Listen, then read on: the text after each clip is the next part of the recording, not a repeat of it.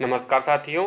आज के सत्र में हम कक्षा अंतःक्रिया और ज्ञान की संरचना विषय पर चर्चा करेंगे।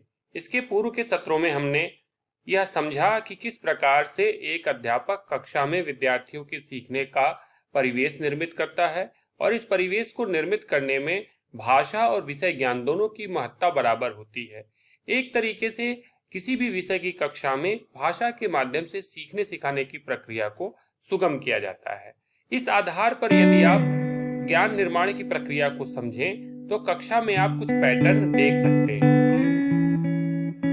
कक्षा संवाद के दो प्रकार के पैटर्न होते हैं, एक हमारा परंपरागत पैटर्न है और एक दूसरा जिसे हम निर्माणवादी पैटर्न कहते हैं। कक्षा संवाद के परंपरागत पैटर्न में क्या होता है, यदि उसकी विशेषताओं पर आप विचार करें तो आप पाएंगे उसमें हम क्या करते हैं, उसमें हम विद्यार्थियों के साथ गलत सही जवाबों के माध्यम से बात करते हैं, जिसे IRF पैटर्न कहा जाता है, जहां अध्यापक विद्यार्थियों से सवाल पूछता है, विद्यार्थी उसका जवाब देते हैं और अध्यापक जवाब सही है या गलत इस अर्थ में विद्यार्थियों को फीडबैक देता है। इसके साथ साथ बच्चों को नाम मात्र का बोलने का मौका मिलता है। उनकी भूमिका केवल प्रश्नों का उत्तर देने वाले की होती है, जो एक सीमित दायरे में होती है।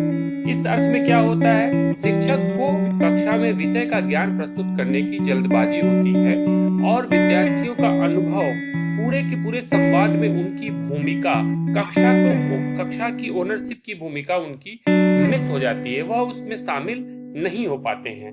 इसलिए इस तरह के पैटर्न को हम प्रायः अवॉइड करने की कोशिश करते हैं और हम प्रयास करते हैं कि कक्षा पर केवल हमारा अधिकार न रहे, ज्ञान की संरचना की प्रक्रिया में बच्चे भी बराबर के हिस्सेदार हों। तो इसके लिए हम क्या करते हैं, जो कक्षा संवाद का दूसरा पैटर्न है, जिसे हम नेगोशिएशन पैटर्न या समझौता वार्ता पैटर्न कहते हैं, उसको हम चाहते हैं कि हमारी कक्षा अभ्यास में वह दिखे, उसका हम पालन करें और उसके आधार पर कक्षा में ज्ञान की संरचना का माहौल बनाएं। इसके अंतर्गत क्या होता है, इसके अंतर्गत हम विद्यार्थियों के सामने प्रश्न रखते हैं, उन्हें अनुभव साझा करने को कहते हैं।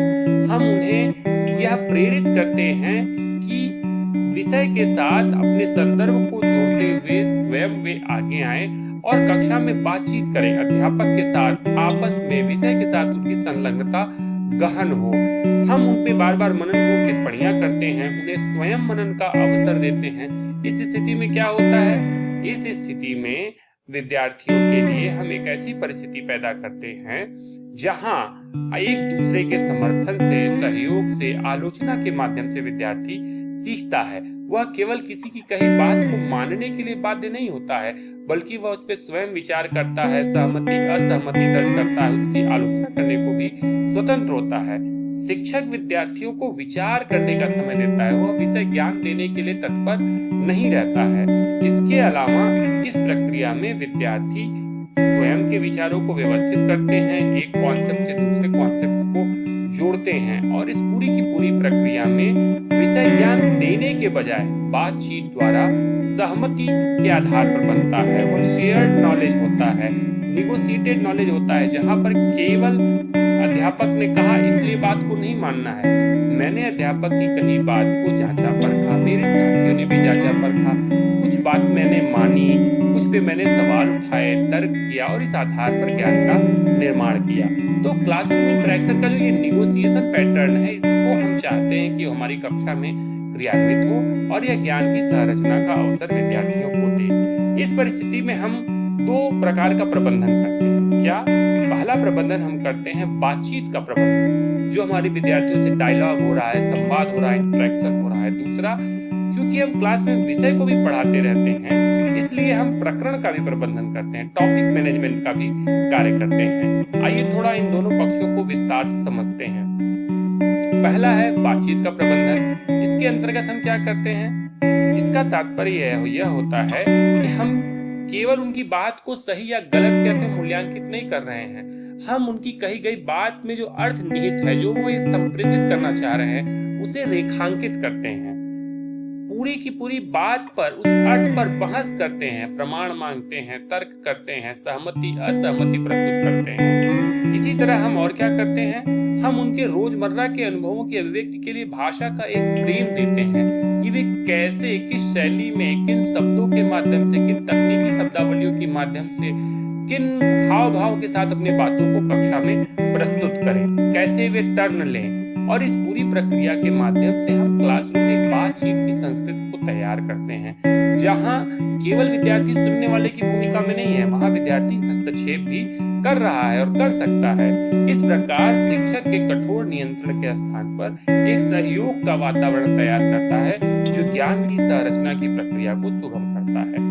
दूसरा विषय है प्रकरण प्रबंधन। प्रकरण प्रबंधन के अंतर्गत हम क्या करते हैं? प्रकरण प्रबंधन के अंतर्गत विषय के विस्तार का दायित्व विद्यार्थियों को सौंपते हैं, अर्थात शिक्षक केवल पाठ का वाचन करके, अवधारणा का ब्लैक बोर्ड पर व्याख्या करके किसी भी तरह से पुस्तक के ज्ञान को विद्यार्थियों तक नहीं पहुंचाना चाहता। वो ये चाहता है कि जिस विषय को, जिस टॉपिक को उसने इंट्रोड्यूस किया है, उसको लेकर विद्यार्थी डिस्कस करें, एक्सपीरियंस शेयरिंग करें और उसमें अपने उदाहरणों को जोड़ें, अपना मत रखें, अपनी समस्याओं को रखें, जहां विषय समझ में नहीं आया उसे रखें। इस प्रकार से ही ज्ञान की संरचना की प्रक्रिया आगे बढ़ती है। अध्यापक को पाठ पूरे करने की जल्दबाजी नहीं होती, मैं पाठ पूरा करके प्रश्न उत्तर करा दूं, बल्कि वह ये इंश्योर करता रहता है कि कक्षा की चर्चा में किस प्रकार से उस पाठ का विस्तार हो रहा है, क्या नए पक्ष जुड़ रहे हैं, कौन सी नई बातें हो रही हैं और किस प्रकार से विषय पर गहन चर्चा हो रही है। विषय की यह गहन चर्चा ही ज्ञान को संदर्भीकृत करती है और बाल केंद्रित शिक्षा के माध्यम से बच्चे को, विद्यार्थी को ज्ञान निर्माता की भूमिका में स्थापित करती है। इस प्रक्रिया के दौरान विद्यार्थी को अपनी समझ अभिव्यक्त करने का भी मौका मिलता है और यह विद्यार्थी की समझ अब अध्यापक के लिए एक जरिया होता है, जिससे वे जान सकता है कि उसके द्वारा पढ़ाया गया विषय किस स्तर तक बच्चों को समझ में आया है। हम प्रकरण प्रबंधन के बारे में थोड़ा और विस्तार से बात करते हैं और देखते हैं कि इसके अंतर्गत अन्य पक्ष कौन से हैं। आप पाएंगे कि प्रकरण प्रबंधन के अंतर्गत शिक्षक अप्रत्यक्ष तौर पर सार्थक हस्तक्षेप करता है, अर्थात वह ज्ञान डायरेक्ट तो नहीं दे रहा है, लेकिन जहां उसमें ज्ञान के अंतराल आ रहे हैं, जहां विद्यार्थियों को समस्या हो रही है, वहां उसकी उपस्थिति द्वारा विषय सभी विद्यार्थियों के लिए उपलब्ध होता है। जब विद्यार्थी अपनी समस्या कक्षा के सम्मुख रखता है तो ही हमें पता चलता है कि कहाँ हमें हस्तक्षेप करना है और कहाँ विद्यार्थी की मदद करना है। इस तरह से पाठ को पूर्ण होने में विद्यार्थी द्वारा समझने और उसे अपनाने की संभावना अधिकतम हो जाती है। जो विद्यार्थी शुरू में झिझक महसूस करते हैं, वे क्रमशः पाठ में और कक्षा में आगे आने लगते हैं और उनका आगे आना अध्यापक की सफलता है। प्रकरण को पुस्तक से निकालकर बच्चे के वास्तविक जीवन, विद्यालय के बाहर के जीवन से जोड़ने में सफलता है। इसी से मिलता जुलता एक कॉन्सेप्ट है कक्षा अंतःक्रिया दक्षता, क्लासरूम इंटरेक्शन कॉम्पिटेंसी। इसका क्या तात्पर्य है? इसका तात्पर्य यह होता है कि हमारा दायित्व केवल प्रवाहपूर्ण और शुद्ध भाषा का प्रयोग नहीं करना है, हमें कक्षा और समूह के बीच में अंतःक्रिया को बढ़ावा देना है। यह बढ़ावा ही ज्ञान रचना की प्रक्रिया को सुगम करता है। हमें यह ध्यान रखना है कि किस प्रकार हम अधिक से अधिक अवसर पैदा करें जहां बच्चे प्रकरण को समझें, सुने, सोचने से विचार रखें और कक्षा में इस प्रकार की बातचीत हो जो विषय की रचना, विषय को समझने में मददगार हो, न कि केवल ज्ञान को अपनाने और सुनकर सत्य मानने की प्रवृत्ति की ओर अग्रसर हो। दक्षता को संवर्धित करना अधिगम वातावरण को अवसरों से युक्त बनाता है। अवसर मतलब जहां विद्यार्थी बोल सके, शिक्षक बोल सके, उनको यह सहज अनुमति हो कि वे अपनी बातों को रखने में झिझक महसूस ना करें और यह कार्य शिक्षक करता है। शिक्षक केवल अपनी कम्युनिकेशन स्किल के बारे में विचार नहीं करता है, बल्कि वह यह लगातार देखता रहता है कि कितने प्रभावपूर्ण तरीके से कक्षा में अंतःक्रिया हो रही है। इसके लिए वो क्या करता है? कक्षा में जहां कम्युनिकेशन गैप आ रहा है, कंसेप्चुअल कंफ्यूजन आ रहा है, एरर आ रहा है, वह उसे पूरा करने की कोशिश करता है। कक्षा में यह प्रक्रिया अध्यापक द्वारा, जो मैंने आपको बताया, कंसेप्चुअल एरर को दूर करना, संवाद टूट रहा है या संवादहीनता हो रही है उसे दूर करना, ज्ञान के सह निर्माण को दर्शाता है। वह भाषा द्वारा मीनिंग मेकिंग, अर्थ को निर्मित करना, ग्रहण करना और निगोशिएशन की दक्षता का विकास करता है। वह केवल ये नहीं चाहता कि पाठ पूरा हो, बल्कि वो यह चाहता है कि इस पाठ की गहनता बढ़े, पाठ का संदर्भीकरण हो और इसलिए वो अपनी क्लास के इंटरेक्शन पैटर्न की मॉनिटरिंग करता रहता है। खुद अध्यापक के रूप में ऐसी दक्षताओं का प्रयोग करता है ताकि विद्यार्थियों की अंतःक्रिया द्वारा ज्ञान निर्माण की प्रक्रिया में उनकी भागीदारी बढ़े, वह अनेक ऐसी युक्तियों का प्रयोग करता रहता है जिससे विद्यार्थी विचारों को अभिव्यक्त करे।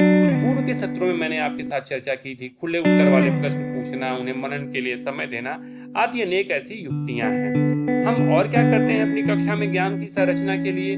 यदि इस पर आप विचार करें, आप पाएंगे अध्यापक शिक्षण उद्देश्य के अनुरूप भाषा का प्रयोग करता है। कई बार वह रोजमर्रा के शब्दों का प्रयोग करेगा, कई बार तकनीकी शब्दों का प्रयोग करेगा, कई बार प्रस्तुति के लिए वह आमंत्रित करेगा, कई बार वह केवल विषय वस्तु पर फीडबैक देगा, कई बार भाषा पर फीडबैक देगा। इन भाषा के कार्यों द्वारा वह ज्ञान की संरचना को सुगम करता है। इसके साथ साथ पाठ के विस्तार में बच्चों की उपस्थिति और हस्तक्षेप का अवसर बनाए रखता है।